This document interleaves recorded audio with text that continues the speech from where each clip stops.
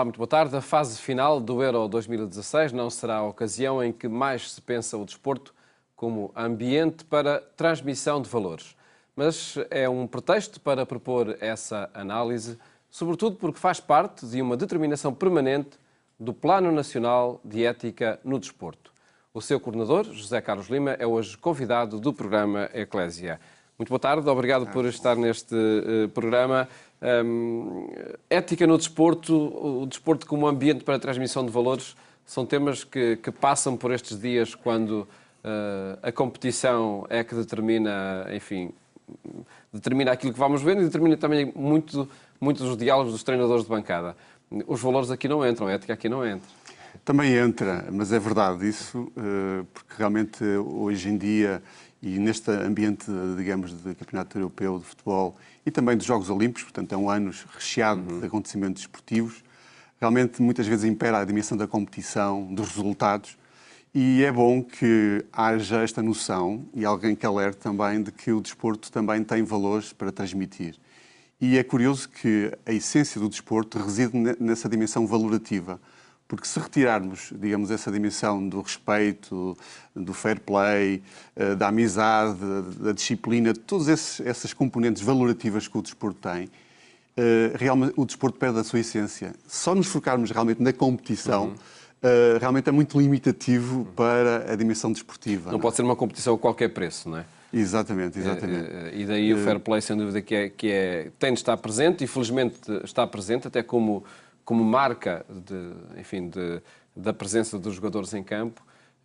Mais difícil é ver esse bom ambiente entre os adeptos. Eu acho que o desporto é uma realidade humana, não é? E como realidade humana tem coisas positivas e coisas negativas, não é? Nós vemos ainda este campeonato da Europa que está a decorrer, aspectos mais negativos com os adeptos, alguma violência que houve, mas também, por outro lado, também gestos de fair play dentro do campo, fora do campo. Vemos os adeptos irlandeses que são um exemplo fantástico, não é? de fair play, a cantar serenatas, a acolher os outros adeptos.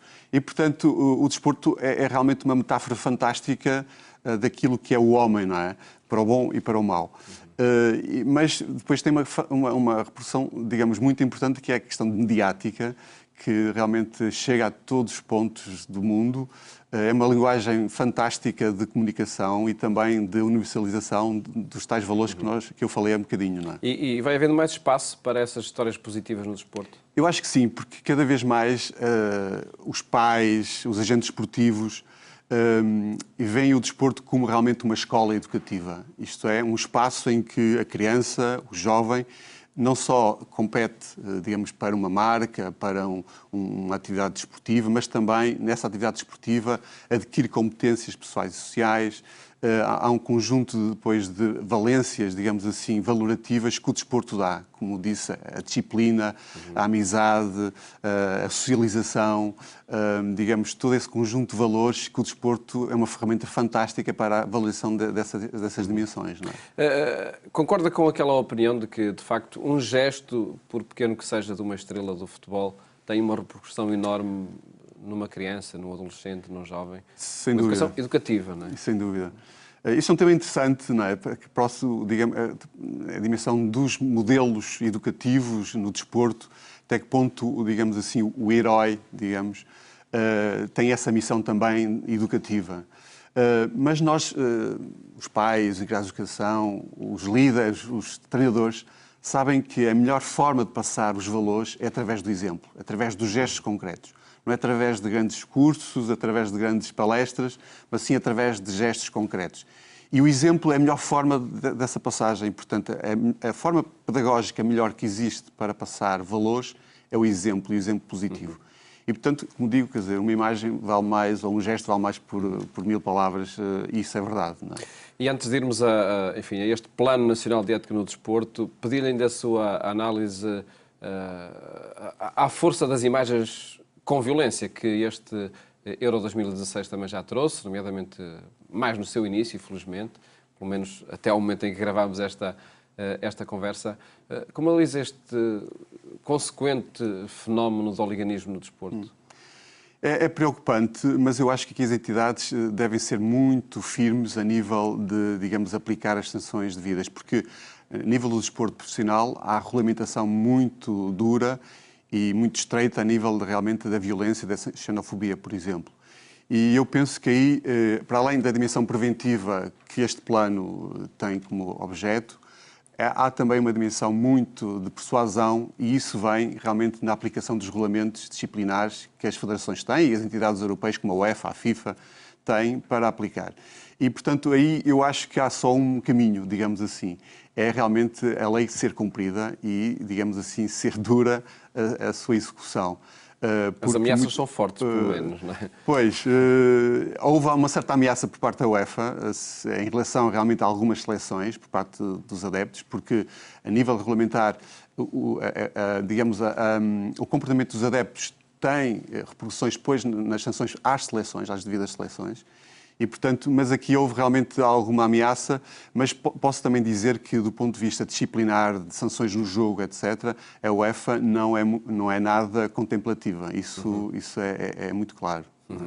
São cada vez maiores e mais rápidos também os castigos que decorrem dessas ações. Falemos então agora deste Plano Nacional de Ética no Desporto. Temos aqui um conjunto de publicações que querem sensibilizar agentes desportivos, as novas gerações, os educadores, os treinadores para esta temática. Enquadre-nos, por favor, este surgir de um plano nacional e dos seus objetivos.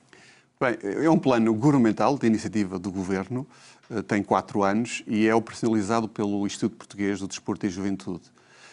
E, portanto, temos uma relação muito estreita com as federações, mundo federativo e associativo e também com o mundo escolar. É um plano muito preventivo, portanto, orientado para a prevenção e, portanto, tem o objetivo da promoção, digamos, dos valores, do respeito, do fair play, da amizade, todos esses valores que eu já referi que o desporto contém. Depois, digamos, executa-se através de 5 eixos. Educação e formação, que é o eixo principal, portanto, em que nós vamos às escolas, aos clubes, dar formação para professores, para treinadores, formação acreditada, e também ações de sensibilização para pais e atletas sobre esta temática da ética e de atitudes corretas dentro do desporto. Portanto, é o eixo principal. Para ter uma noção, nós fizemos durante estes 4 anos à volta de 1.700 ações de sensibilização, envolvemos cerca de 40.000 público-alvo, portanto 40.000 pessoas dentro deste público. Depois temos também eventos esportivos, temos o eixo dos concursos, que é uma atividade também pedagógica para atingir determinados públicos-alvo, como o público dos jornalistas, um concurso para jornalistas, um concurso também para alunos. Temos depois também publicações, que é um eixo também fundamental do plano, em que nós temos um conjunto de recursos pedagógicos orientados para os pais, para os atletas, como o Código de Ética Desportiva, como brochuras... É a vossa base de trabalho. Exatamente, que é um código que foi criado por nós, não existia em Portugal, e, portanto, é um código que orienta, digamos assim, a orientação do comportamento ético correto dos diversos agentes esportivos. Depois temos publicações mais orientadas para um público específico, com a coleção Ética no Desporto, uma parceria com as edições de Afrontamento, que é uma publicações que já vão em 6 volumes que nós fizemos. Essa é uma delas, Ética e Valores do Desporto, em que nós procuramos refletir e investigar um bocadinho sobre esta temática da ética e educação pós-valores no desporto.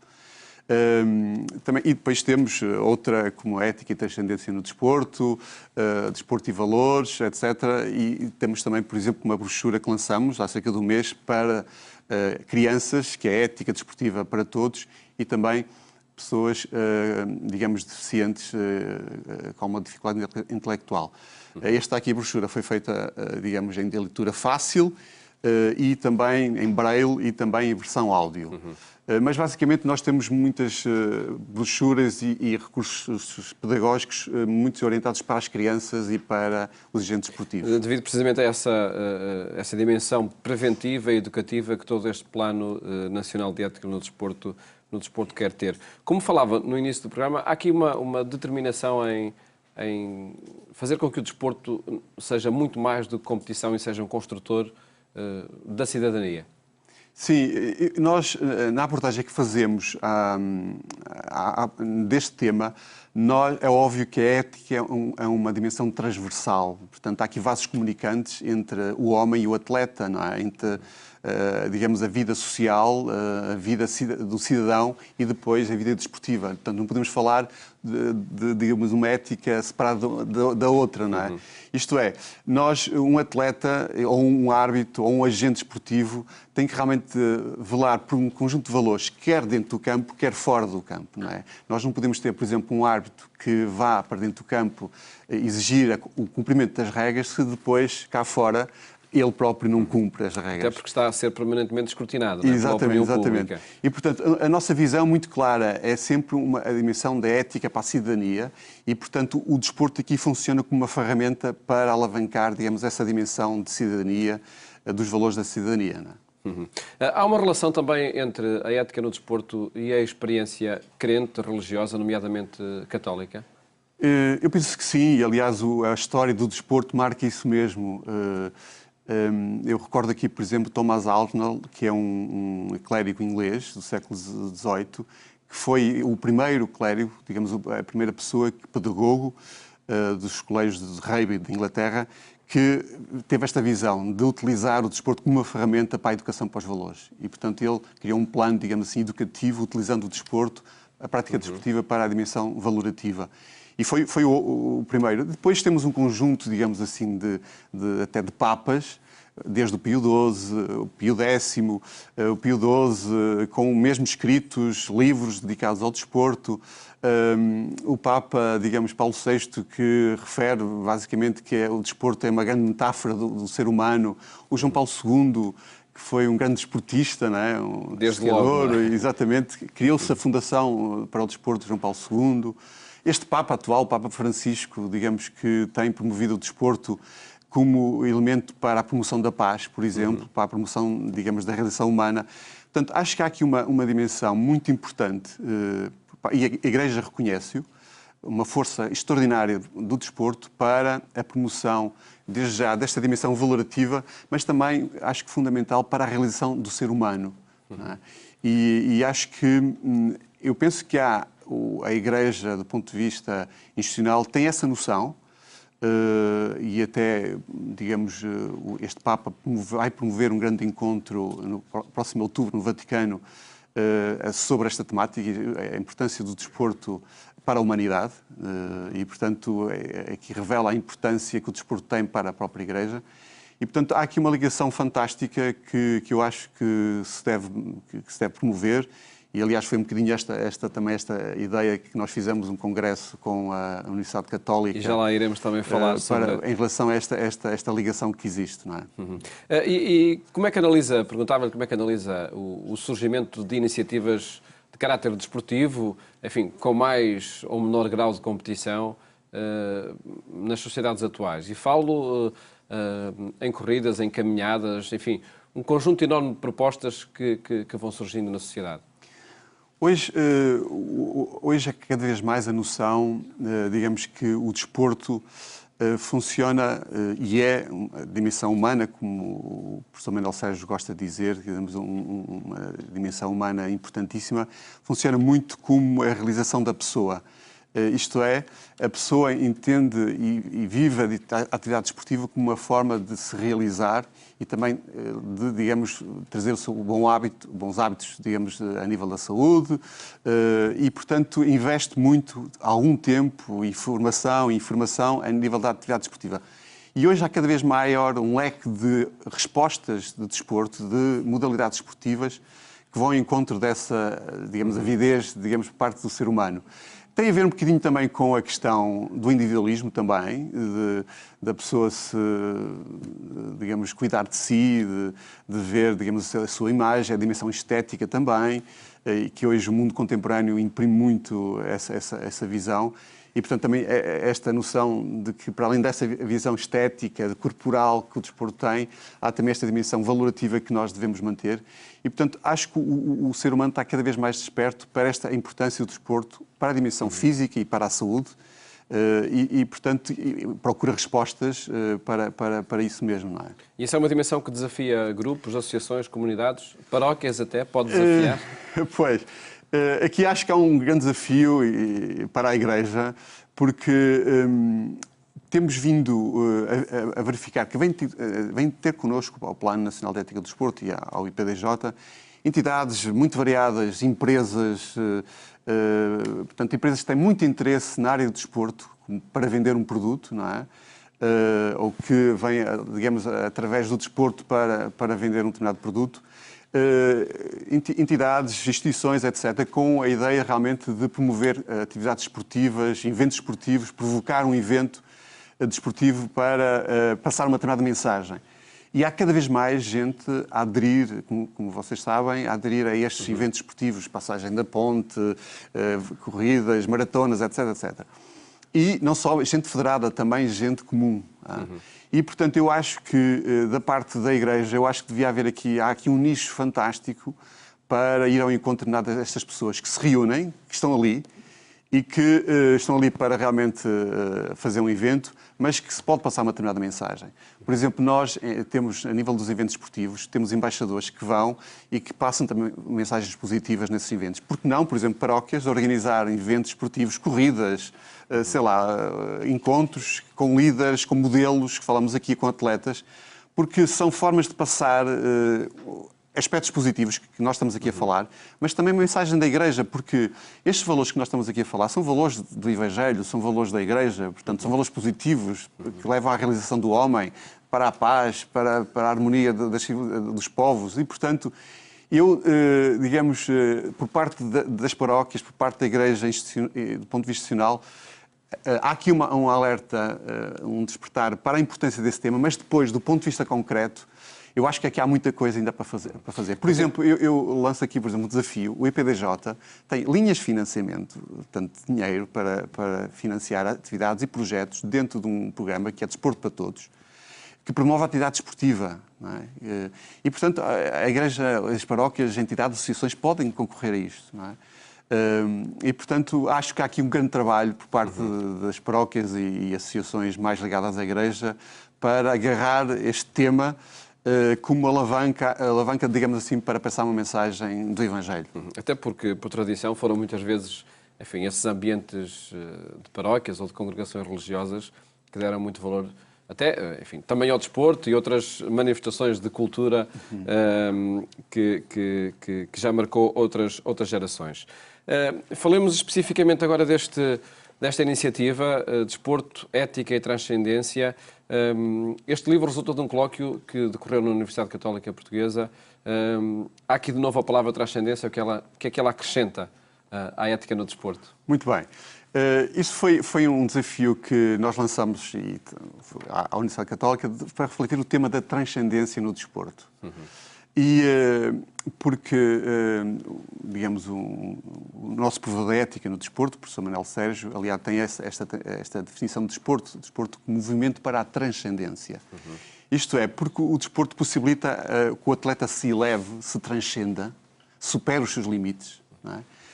Aliás, o Pierre Coubertin, o grande criador dos Jogos Olímpicos da Era Moderna, tem esta dimensão muito, porque ele próprio era religioso, e esta dimensão muito religiosa dos Jogos Olímpicos, porque o herói é aquele que ata o mundo humano ao mundo transcendente, não é? O herói. E eu acho que há aqui uma ligação fantástica entre o desporto e esta dimensão de transcendência. Não é? E procuramos refletir com a Universidade Católica esta dimensão do que é isto de transcender-se, o que é isto de ligar-se, de nos libertarmos dos nossos limites humanos para nos transcender, para nos ligarmos com outros limites, não é? A superação pessoal. Não é? E depois outra dimensão que está a existir muito a nível das respostas esportivas, que é a dimensão de caminhadas, reflexões interiores, grupos que promovem essas vertentes. E, portanto, há aqui realmente um espaço de reflexão e digamos, de investigação que nós procuramos com esse colóquio que realizamos ano passado, este volume que foi lançado este ano, com a Universidade Católica, porque realmente a dimensão transcendente está presente no desporto e está presente na dimensão religiosa. Não é? E foi um tema este que interessou às pessoas do desporto, a treinadores, a dirigentes? Sim, tivemos muita gente do desporto, o auditório quase cheio. É um tema que acho que vamos voltar, porque realmente houve uma adesão bastante grande. Se calhar da parte religiosa não houve tanta adesão, mas se calhar da próxima vez vamos tentar insistir. Houve um envolvimento até de professores da Universidade Católica. Sim, houve professores da Universidade Católica. Aliás, também trouxemos cá o professor Duque, que é um beneditino espanhol, da área, portanto, mais da sociologia, da simbologia, porque este também é um tema, o futebol, o desporto tem esta dimensão sacral muito importante, a dimensão simbólica, não é, das claques, dos ritos que há no desporto, que também tem essa dimensão religiosa, muitas vezes. E, portanto, aqui acho que há um tema que nós devemos procurar, digamos, continuar a investigar.